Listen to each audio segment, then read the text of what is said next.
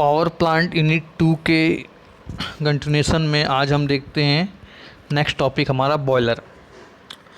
जो all component device होते हैं, जितने भी हमने डिवाइस पढ़े अभी तक पावर प्लांट के और जितने भी आपने सुने जानते होंगे, बॉयलर एक बहुत ही महत्वपूर्ण है क्योंकि यह बिल्कुल इनिशियल लेवल पे बेसिक वर्क करता है। क्या करता है? स्टीम को प्रोड्यूस करने का कार्य। ठीक है, तो यह बहुत ही महत्वपूर्ण है। पावर प्लांट में बहुत बड़े बड़े साइज़ के बॉयलर्स लगे होते हैं। आप प्लांट में अगर विजिट करेंगे तो देखेंगे। और परीक्षा के पॉइंट ऑफ व्यू से, एग्जामिनेशन पॉइंट ऑफ व्यू से ये बहुत ही महत्वपूर्ण क्वेश्चन है। एक क्वेश्चन तो डेफिनेटली आपका बॉयलर से पूछा ही जाएगा। बॉयलर क्या होता है, उसके टाइप्स हो गए, उसकी वर्किंग हो गई, उसका इम्पोर्टेंस हो गया, पावर प्लांट में क्यों यूज़ करते हैं बॉयलर को, और उसके क्लासिफिकेशन से रिलेटेड एक न एक, या उसके जो डिफरेंट टाइप्स के बॉयलर हैं, कोई एक दो टाइप का बॉयलर आपको पूछ सकता है।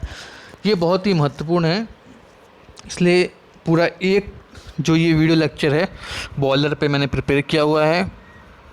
तो चलिए देखते हैं बॉयलर क्या होता है। तो सिंपली आप बॉयलर को इसी प्रकार से डिफाइन करेंगे कि a boiler is a device used to create steam by applying heat energy to water. मतलब बॉयलर एक ऐसी डिवाइस होती है जिसका उपयोग हम स्टीम के उत्पादन के लिए करते हैं, जो कि कैसे होता है? वाटर के ऊपर, पानी के ऊपर हीट एनर्जी को अप्लाई करके। मतलब वाटर में हम हीट प्रोड्यूस करेंगे, वाटर को हम हीट करेंगे, गर्म करेंगे, तो वो स्टीम में कन्वर्ट हो जाता है। इसमें आप थोड़ा ध्यान देना कि आप जो हिंदी मीडियम के स्टूडेंट्स हैं वो कॉम्बिनेशन टाइप से फॉर्म में भी लिख सकते हैं। जैसे कि बहुत से, मैंने भी वर्डिंग के बारे में बोला कि बॉयलर हो गया, इसका आप हिंदी ना लिख के आप इंग्लिश में बॉयलर लिख दें।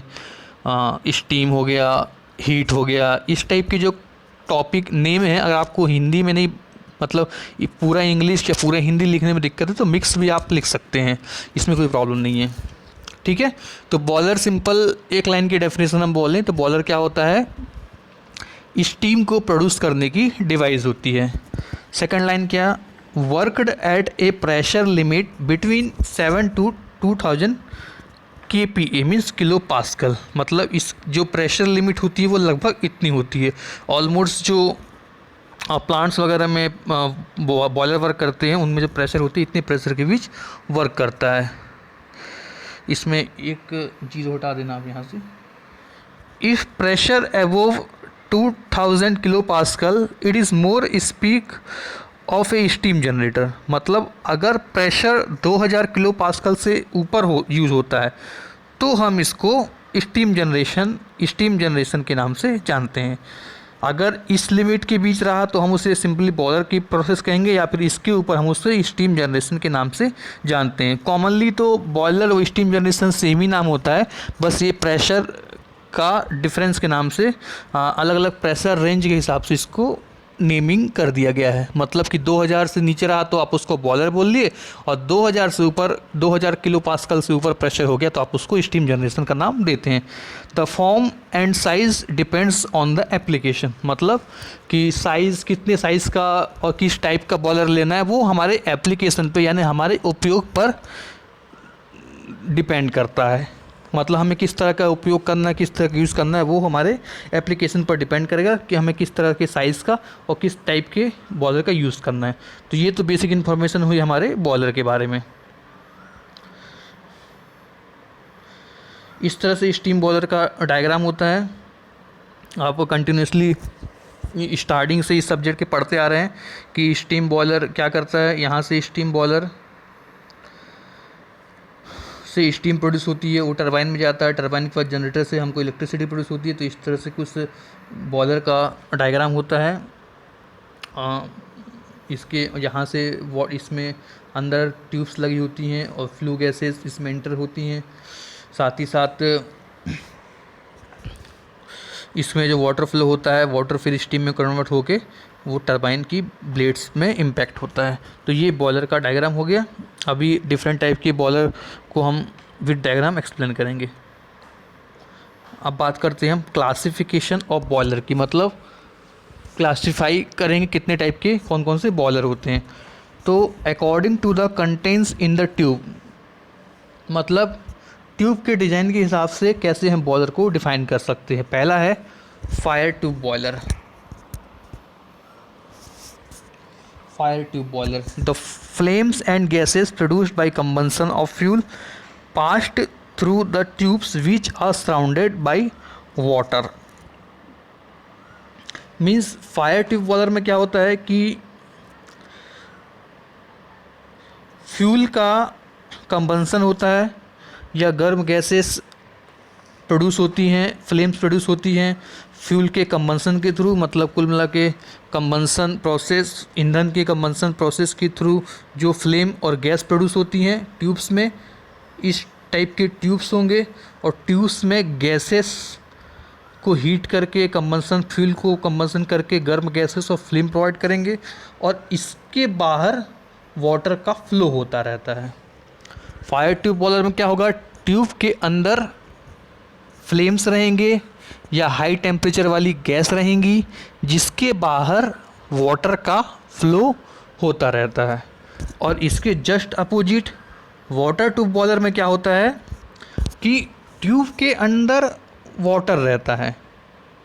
समझिए बात को, ट्यूब्स जो बॉयलर रहते हैं, बॉयलर का इसका हम कम्प्लीटली बॉयलर को अगर इस टाइप से डिज़ाइन करें तो इसमें बहुत सारी ट्यूब्स लगी होती हैं, ट्यूब्स के अंदर वाटर रहता है और यहाँ पर बाहर गर्म गैसेस या फ्लू गैसेस बाहर होती हैं। जस्ट उल्टा होता है आपका फायर ट्यूब वाटर से।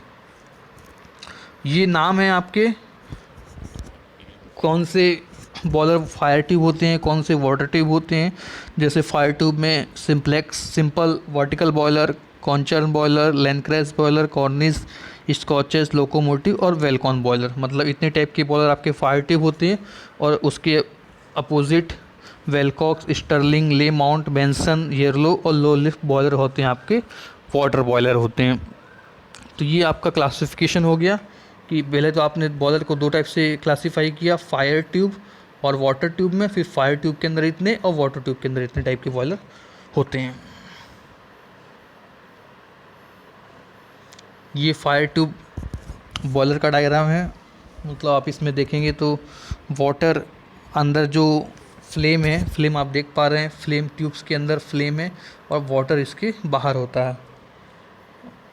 और ये आपका फायर ट्यूब और सॉरी ये दोनों एक साथ हो गया। वाटर ट्यूब बॉयलर में क्या रहता है कि इन्हीं जो ट्यूब्स रहती हैं, इन ट्यूब्स में वाटर रहता है और इसके बाहर फ्लू गैसेस रहती हैं। और फायर ट्यूब में ट्यूब्स के अंदर फ्लेम्स रहती हैं और बाहर वाटर रहता है। अब इसमें आपके सिलेबस में 4 टाइप के बॉयलर दिए गए थे, उसको 1 बाय 1 हम स्टडी करें। पहला है ले माउंट बॉयलर। तो इसके बारे में, ले माउंट बॉयलर क्या होता है। ले mount boiler modern high pressure tube steam boiler, मतलब ये आधुनिक समय में यूज़ करने वाला हाई प्रेशर ट्यूब बॉयलर है। वर्किंग ऑन फोर्स्ड सर्कुलेशन के बेस पे वर्क करता है, which is maintain by centrifugal pump driven by steam turbine. मतलब कि सेंट्रीफ्यूगल पंप के द्वारा ये फोर्स सर्कुलेशन जो होता है सेंट्रीफ्यूगल पंप के द्वारा मेंटेन होता है और वो आगे स्टीम टरबाइन को ड्राइव कराता है। The force circulation cause the feed water to the circulation through the water wall. Water wall के द्वारा फोर्स, इसका हिंदी और इंग्लिश एक्सप्लेनेशन अगर आप देखो, इंग्लिश मीडियम वाले एक बार इसको पढ़ लेना, हिंदी में एक बार रिवीजन कर देता हूँ कि यह एक आधुनिक हाई प्रेशर वाला स्टीम बॉयलर है जो कि बल के घूर्णन पर कार्य करता है। यह अभिकेंद्री बल या सेंट्रीफ्यूगल फोर्स द्वारा संचालित होता है और टरबाइन द्वारा चलाया जाता है।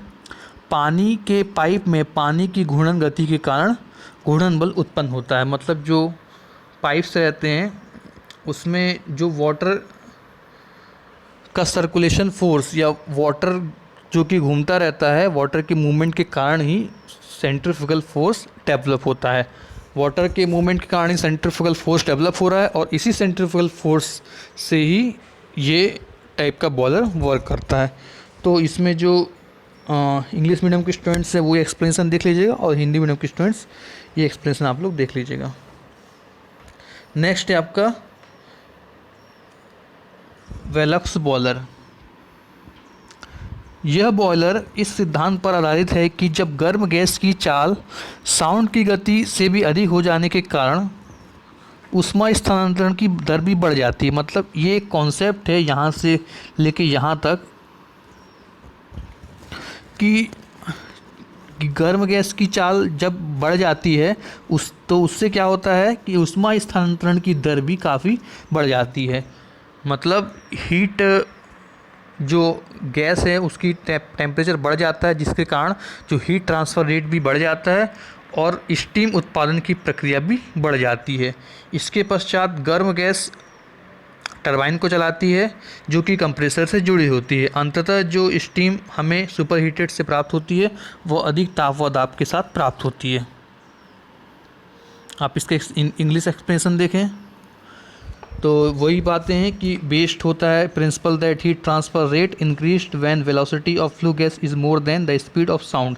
मतलब हीट ट्रांसफ़र रेट इम्प्रूव हो जाता है किसके साथ ही साथ हॉट गैसेस के फ्लू गैसेस के टेम्परेचर बढ़ने के साथ, चाल बढ़ने के साथ, जिसके साथ साथ स्टीम जनरेशन रेट भी बढ़ जाती है जो कि आपका इस टरबाइन को वर्क कराता है। और यहाँ पर जो हमको स्टीम प्रोड्यूस होती है वो काफ़ी हाई टेम्परेचर पर प्रोड्यूस होती है। देखिए ओवरऑल जो बॉयलर्स वगैरह हैं सभी के वर्किंग तो या सभी का मोटिव अल्टीमेट यही होता है स्टीम प्रोड्यूस करना। बस सभी में थोड़ा थोड़ा अलग अलग प्रक्रिया के थ्रू वर्क करते हैं जिसके कारण उनका अलग अलग क्लासिफिकेशन होता है। नेक्स्ट है आपका लियोफ्लर बॉयलर। लियोफ्लर बॉयलर क्या है? ये भी एक प्रकार का वाटर ट्यूब बॉयलर है। आपने एग्जाम्पल में पढ़ा था, देखा था कि हमने जो अलग अलग क्लासीफाई किया था वाटर ट्यूब बॉयलर को और फायर ट्यूब बॉयलर को। तो वाटर ट्यूब बॉयलर में से एक टाइप का बॉयलर है। Loeffler is another example of a water tube boiler. This is high pressure boiler which is up to 100 bar. ये भी एक प्रकार का हाई प्रेशर बॉयलर या अधिक दाब पर यूज़ करने वाला बॉयलर है। Loeffler boiler is a water tube boiler used for generating steam by the burning of fuel in which coal and further that is used for generation of for power. मतलब इसमें जो steam produce की जाती है वो कोल के burning के द्वारा की जाती है। फ्यूल बर्निंग ऑफ फ्यूल मतलब फ्यूल का बर्निंग, ईंधन का बर्निंग, और कौन सा फ्यूल मतलब कोल का फ्यूल। कोल फ्यूल मीन्स कौन सा फ्यूल? कोल, कोयला को जलाकर स्टीम को जनरेट किया जाता है। The main working principle is to evaporate the feed water by the use of superheated steam from the superheater. इसमें क्या है, जो वाटर को सुपर हीट किया जाता है सुपर हीटर के द्वारा। Total steam generated by the super heater is made the flow into evaporated drum. मतलब इवोपरेटर या फिर ये कहें कि सुपर हीटर से जो स्टीम सुपर हीट होके आई उसका यूज़ होता है। मोस्टली सुपर हीटेड स्टीम का यूज़ जो सुपर हीटर से होकर आती है उसका यूज़ करके ही हम टरबाइन को वर्क कराते हैं और उसी के हेल्प से इलेक्ट्रिसिटी प्रोड्यूस होती है। इस टाइप के ये है आपका हो गया।